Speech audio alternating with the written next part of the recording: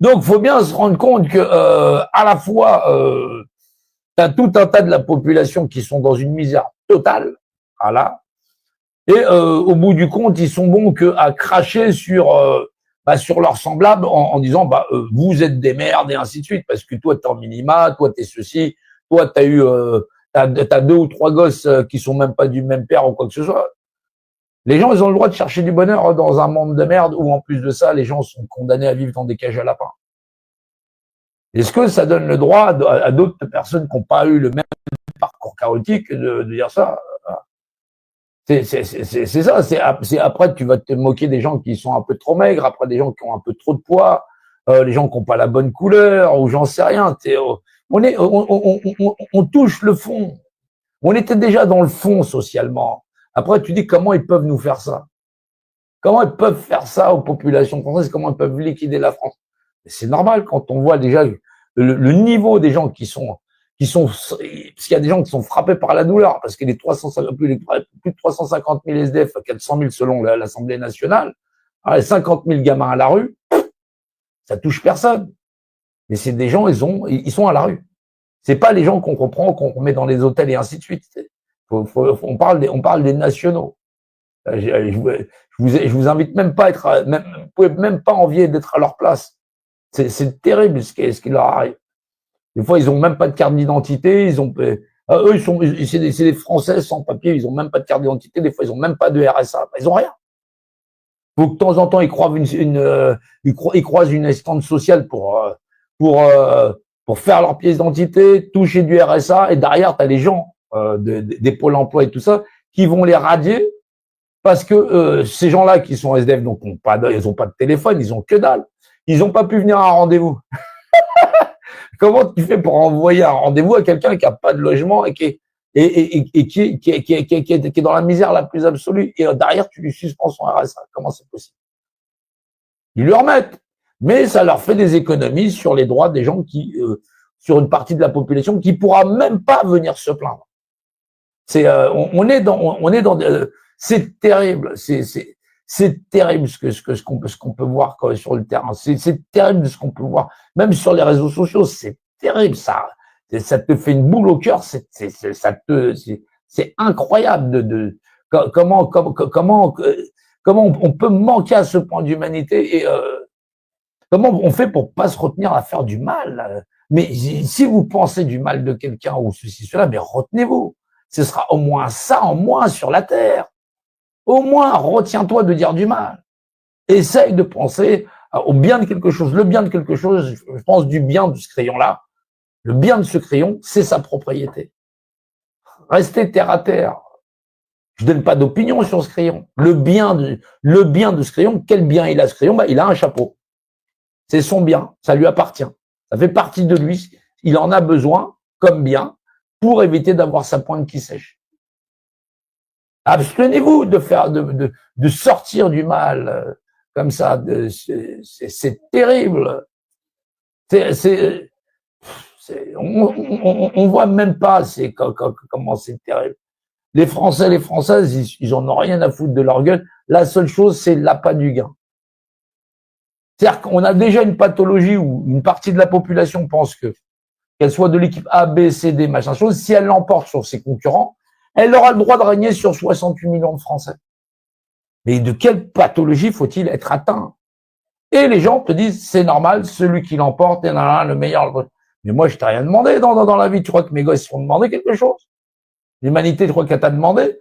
Résultat, on a des mondes de psychopathes. Il y en a qui voudraient que les étrangers ils disparaissent. Il y en a qui voudraient qu'on se balade tous avec des talons aiguilles. L'autre, ainsi de suite. L'autre, il voudrait pour faire du business, tu puisses vendre tes gosses, ainsi de suite. C'est le même système qui votait autrefois que les gamins pouvaient travailler à 5 ans dans les mines. Parce que ça plaisait au patronat.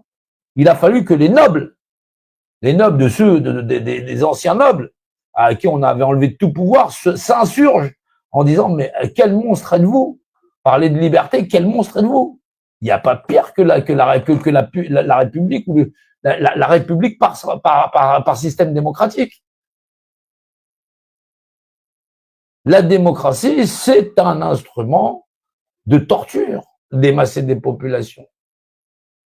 Il faut s'en rendre compte.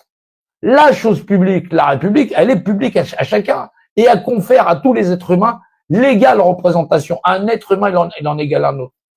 Il y a une partie de ces humains qui renoncent à cette égalité de représentation en la transférant à des représentants pour les administrer. Naturellement, ça n'en fait pas.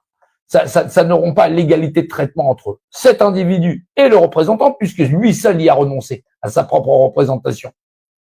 Faut bien faire le distinguo. C'est pour ça que le système, il fait en sorte qu'en arithmétique, les gens n'y comprennent rien. C'est représenté, c'est une individualité, c'est aussi représenté.